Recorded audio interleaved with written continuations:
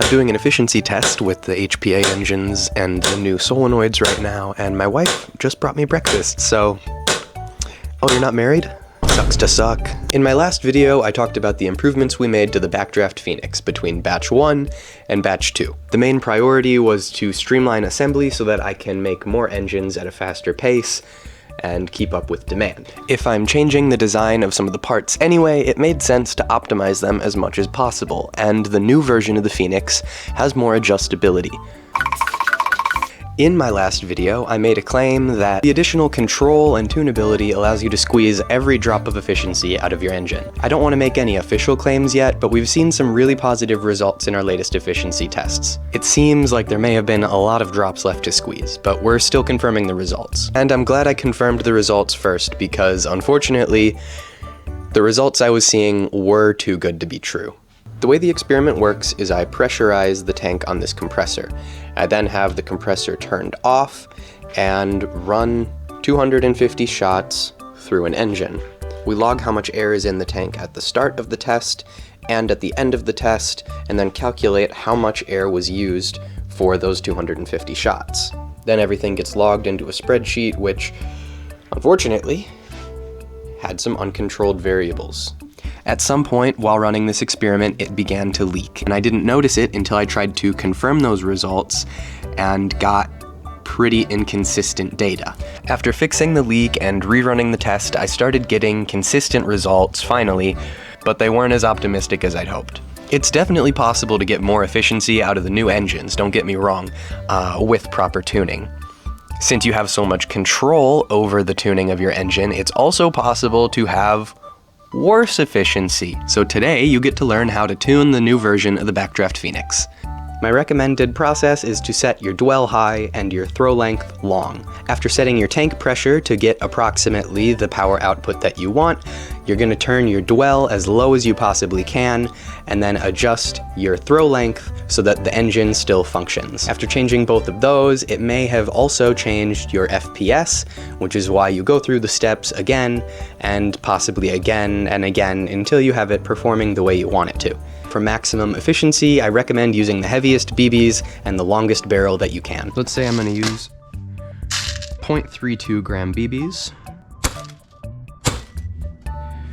Looks like at 75 PSI, I'm getting 1.19 joules, which is around 280 feet per second. So I'm going to increase my PSI until I have about the output that I want. A little higher.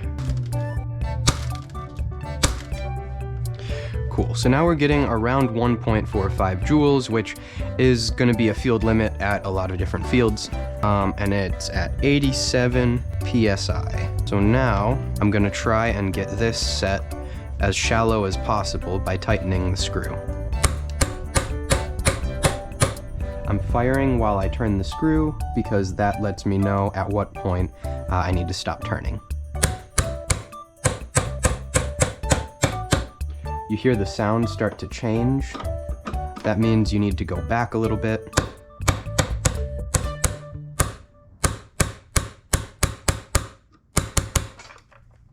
I like to turn it so that it's loose. Like you turn it looser until the sound stops changing, and then I go just a tiny fraction of a turn more to add some reliability. Again, with this setup, I'm able to run 250 shots and log the starting and finishing PSI of the tank. But what you are probably going to want to do is just try it out on the field. I recommend keeping track of your BBs and how much air you use when you're at your next open play or milsim. This will give you some actual data to go off of and tell you whether your adjustments are making your gun more efficient or less efficient. So we're starting the test with 109.5 PSI in the tank. I'm gonna write that down, and now I run 250 shots. Okay, so the test just finished. We had 92.2, which comes out to a 15.799% reduction in the air inside the tank. I'm gonna run the test again to get another data point, and then we will calibrate from there.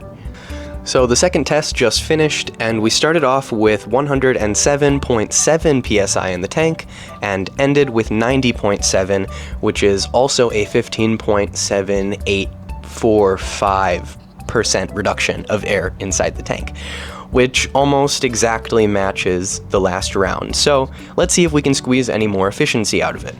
Let's call this our baseline, and since we've been running with 6 milliseconds of dwell, what I'm going to try and do is run with 5.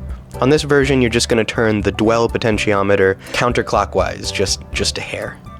We also have these two FCUs coming out soon, but they're both in beta testing right now, so if you want more details, check out the Discord. If you hold the plus button on this one for 3 seconds, it reads out exactly what your dwell is, or your delay, or your fire mode, depending on what position the switch is in. And this one connects to a phone app via Bluetooth, and this one actually gives finer adjustments because you're able to adjust 0.1 millisecond instead of just 1 millisecond. Again, these are both in beta testing right now, so if you're interested, you can check out the Discord.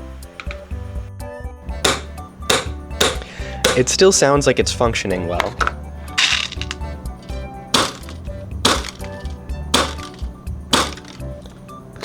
And we actually didn't lose any performance, so I'm going to try and go down another click.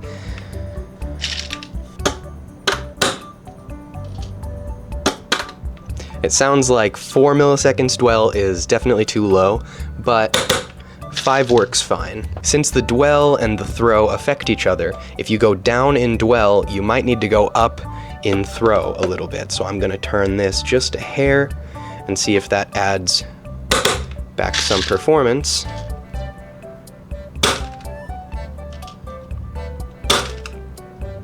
Seems to be working just fine. So now we're going to run the test again and see if we gained any efficiency by prioritizing a lower dwell instead of a shorter throw. We just finished the first test and the results look good. We have 92.6 psi in the tank after the test, which means we had a 13.62% reduction in air instead of a 15.7879. So we're gonna run again, confirm the results once more. I ran the experiment one more time, and by one more time I mean a handful more times, because more data points is more better. It seemed like we were able to get slightly better efficiency by prioritizing a lower dwell instead of a shorter throw length. But again, both of them are very important. I wanted to release this video before I sent out any pre-orders. I'm going to try and tune every engine before shipping it out, but depending on what you're installing it into and how you want it to perform, you might need to make adjustments, and that's exactly why I'm making this video. I knew people were going to have questions about the tuning process, and I didn't want to leave them hanging out to dry. If you have questions, I have an email and a Discord full of very helpful community members. My recommended process might change in the future as I collect more data during lab testing and as the community collects more data during field testing. I'm going to do another build tutorial and show you the full tuning process, but I have not gotten that done yet, so for now this video is going to have to make do. I'm planning to continue this testing and collect more data. I haven't even brought up volume reducers in this video. I've got more testing to do. It's like 1 AM and I just finished editing the video and realized I never filmed an outro, so here's my outro. Later.